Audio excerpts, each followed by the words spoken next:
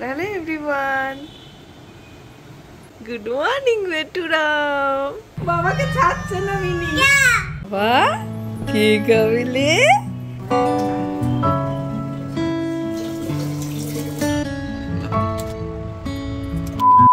সুন্দর একটা সকালকে সাথে নিয়ে একটা নতুন ব্লগ শুরু করলাম। আশা করছি সবাই ভীষণ ভালো আছো, সুস্থ আছো।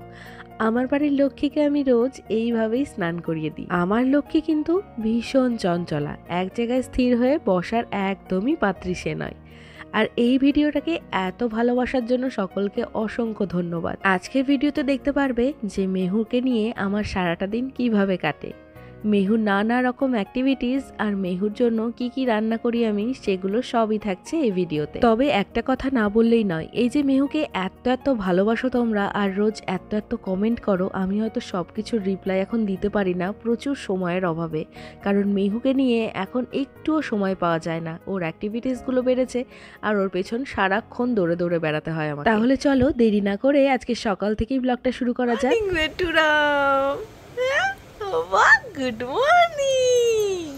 হ্যাঁ হয়েছে ঘুম? আবার বলছে জানা good morning. Good morning. Hello everyone করে দাও বাবা। Hello everyone. তো চলো আজকের দিনটা শুরু করা যাক। হ্যাঁ বাবা, তোমার একটা জামা এসেছে, দেখো এই দেখো, দেখো তো পছন্দ হয়েছে কিনা। বাহ, এই দেখো কেমন, কালকে পরবে এটা, ঠিক আছে তুমি? হ্যাঁ পছন্দ হয়েছে? পছন্দ হয়েছে তোমার? বাচ্চা বাচ্চা বাবা। এত গরমে শুধুমাত্র রাতেই ডাইপারটা ইউজ করছি, সেই কারণে সকালে ঘুম থেকে তুলে আগে ওর ডাইপারটা চেঞ্জ করে দিই। মেহু এখনো ব্রেস্ট ফিড করে। সকালের ব্রেকফাস্টটা সেই কারণে ওকে আমি 9টা থেকে 10টার মধ্যে দেওয়ার চেষ্টা করি। ওর ব্রেকফাস্টে সেরেলাক তো থাকেই, তার সাথে চিড়ের পায়েস, ফেনা ভাতও এখন আর মেহুর খাবার সাথে সাথে আমি আমার খাবারটাও মাঝে মধ্যে নিয়ে নিই, যাতে করে টাইমটা সেভ হয়। আর এই যে সকাল সকাল উঠে ঘরটার আমি গুছিয়ে নিয়েছি, তবে সে কি আর আমার সব কাজে হেল্প না করে পারে? সেই কারণে সেও চলে এসেছে আমার কাজে হেল্প করতে। আর কিভাবে মেহু আমাকে হেল্প করে তোমরা নিজেরাই দেখে নাও। এই সবে মাত্র আমি জিনিসটা এর মধ্যে গুছিয়ে রেখেছি আর তার অবস্থা দেখো। তো কি করে আমি সময়টা পাবো বলো তো? কি করতে হয় এটা দিয়ে? এটা দিয়ে কি করতে হয়? হ্যাঁ এরকম করে হাওয়া খেতে হয়।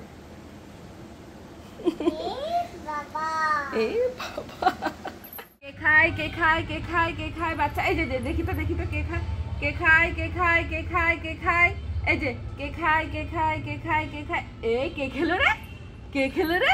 ব্যাস কে খেলো রে। বেলায় ঘুম থেকে উঠে বাইরে আসে এখানে হাঁটাহাঁটি করতে, ঠিক আছে? আর মেহু এখানে আসলে এত খুশি হওয়ার আর একটা কারণ কি জানো? দেখো মেহুর গাছে গাছ ভর্তি ফুল, এদিকে করবি আর এদিকে জবা, দুজনে যেন একেবারে এ বলে একে দেখ, ও বলে ওকে দেখ। আর এই গাছ দুটোই আমার হাতে লাগানো, তো আরো সুন্দর লাগে আমার কাছে, খুব ভাল লাগে। আর যে মেহু দেখে ভীষণ খুশি হয়। মা ফুল কই? গপু দাদার ফুল কই? গপু দাদার ফুল? হ্যাঁ ওলে বাবলে, দেখো গপু দাদার ফুল বললেই ফুলের কাছে চলে আসবে। গপু দাদা কি করছে? গপু দাদা কই? মা যা শোনা বাচ্চা, কি হলো? ওরে প্যাক হাঁসের প্যাক জুতো, কি সুন্দর জুতো। আমার তো এরকম নেই, না নেই, আমার তো এরকম নেই। হ্যাঁ তুমি দেবে, তুমি দেবে আমায়? তুমি খেয়েছো, তুমি খেয়েছো বাচ্চা? ওরে বাবারে, আবার আবার আবার আবার কে খায় কে খায় কে খায় কে খায় কে খায়। এই ধুপুস, যতটুকু ওর ইচ্ছা হবে সেইটুকুই ওকে খাওয়ানো যাবে। মানে ও এই যে মুখে নিচ্ছে ওর ইচ্ছেতে, ওর যখনই একবার এরকম করবে ব্যাস, তারপরে 1 চামচ আমি আর ওকে দিতে পারবো না। এই তো একটা বিন্দু ও আমাকে চোখের আড়াল করবে না, 1 বিন্দুও না। এই তো আসো আসো আসো আসো আসো রে, আমি আছি, আমি তোমাকে রেখে কখনো কোথাও যাব? তুমি কি করে ভাবলে সেটা? আসো আসো। জামা কাপড় সব ভাঁজ করে না করতে করতেই এদিকে আবার আরো জোগাড় হয়ে গেছে কাছাকাছি। ধরতো পুষিকাতকে ধরতো। এবার মেহু কি করবে, আমি যদি এই জিনিসপত্রগুলো জায়গায় সঙ্গে সঙ্গে না রাখি, এগুলো যেভাবে ভাজ করেছি ঠিক আগের যেরকম পর্যায়ে ছিল সেরকম নিয়ে যাবে, মানে তারও জগা খিচুড়ি করবে। পাশে বসে বসে খেলছিল আর এখানে অলরেডি জামা কাপড়গুলো ফেলা হয়ে গেছে নিচে অর্ধেক। এই যে এখন আবার চলে এসেছে। কি কি হয়েছে?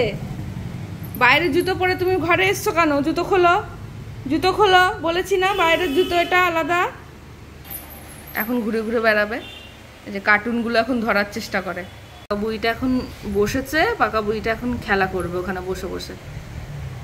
ও মা, তোমার ইস হয়েছে? কোথায় লেগেছে মা? কোথায়? ও পায়ে লেগেছে। সেই 15 দিন আগে পায়ে লেগেছিল, ঠিক আছে? এখনো যদি বলা হয় ইস হয়েছে, সেই পায়ের দিকেই তাকাই। ওই বাবা, কিচ্ছু হয়নি। তুমি আমার ব্রেভ গার্ল না, স্ট্রং গার্ল। স্ট্রং গার্লদের কিচ্ছু হয় না। হ্যাঁ, মারবো ওকে, বকে দেবো। বলছে ওই ফ্লোরটাকে বকে দিতে। আচ্ছা ঠিক আছে, বকে দেবো আমি। এই মেহুকে বকেছিস, দুষ্টু করেছিস, দুষ্টু করেছিস আপ। হ্যাঁ হ্যাঁ, মেহুকে বকা। এত বড় সাহস, এত বড় দুঃসাহস। মারে না মা, ও তো তোমার বন্ধু। আচ্ছা বন্ধু, চলে আস। ব্যাস চলে এসেছে সে এখন তার কাজ করতে। আমি এগুলো আগে সরাই এখান থেকে।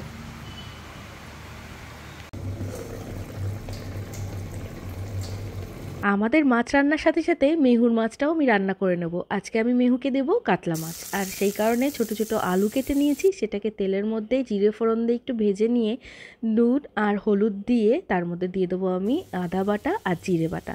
এটাকে একটু কষিয়ে নেব। তারপরে কষানোর পরের মধ্যে জল দিয়ে দেবো। জলটা ফুটে গেলেই এর মধ্যে দিয়ে দেবো আগে থেকে ভেজে রাখা এই মাছটা। এবার খানিকক্ষণ এটা আমি চাপা দিয়ে রাখবো আলুগুলো সেদ্ধ হয়ে যাওয়ার জন্য। আর আলুটা একদম সেদ্ধ হয়ে গেলেই মেহুর জন্য তৈরি করা মাছের ঝোল একদম রেডি। মেহুকে এখন এক ফোঁটা চোখের আড়াল করা যায় না, তাই আমার হেল্পিং হ্যান্ড মাসির কাছে ওকে একটু রেখে আমি ওর সব রান্নাবান্নাগুলো গুছিয়ে নিই। ব্যাস, মেহুর জন্য আজকের ফিশ থালি একদম রেডি। তবে মেহুর জন্য আলাদা করে আমি এখন আর ভাতটা করি না, আমাদের ভাতটাকেই এইভাবে নরম করে মেখে নিই। আর এই যে কাটা থেকে মাছটাও বেছে নিয়েছি। আর এই যে তেল তেল মাছগুলো, এগুলো কিন্তু মেহুর মিনি বিড়ালটা খাবে, আর তাকে না দিলে তো হবেই না, ম্যাও ম্যাও করতে করতে চলে আসবে। সেই কারণে এইটুকু রোজই আমাকে, যেদিনই ও মেহুকে মাছ খাওয়ায় তার জন্য বাইরে রেখে দিতে হয়। আর মেহুর প্লেটে আমি জলের বাটিটাও নিয়ে নিই, তবে খুব অসুবিধা না হলে খাওয়ার মাঝে জল খাওয়াই না। বাহ, কি কবিলে! দেখো দেখো দেখো দেখো দেখো দেখো দেখো দেখো দেখো দেখো দেখো। ঠিক আছে ঠিক আছে ঠিক আছে, বসো। কিন্তু সেই কষ্ট আছে এ মা। তুমি খেতে দিয়েছো ওই জন্য তোমাকে ছাড়ছে না।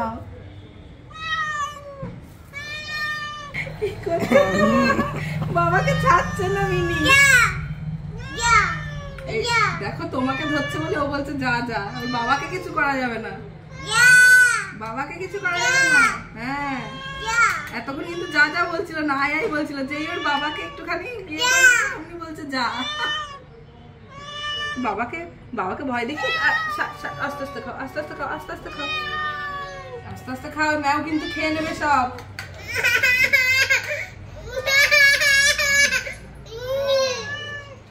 সকালে ঘুম থেকে উঠেই দুপুর অবধি একরকম যুদ্ধ চলে আমার, বলতে পারো। তবে মেহু খাওয়ার পরে যে 2 ঘন্টা ঘুমোই, তার মধ্যে আমি বাকি কাজগুলো সব সেরে ফেলি। এখন যেমন স্নান করে আমি আমার পুজোটা সেরে নিলাম, আর পুজো সারতে না সারতেই সেই ঘুম থেকে উঠে পড়েছে।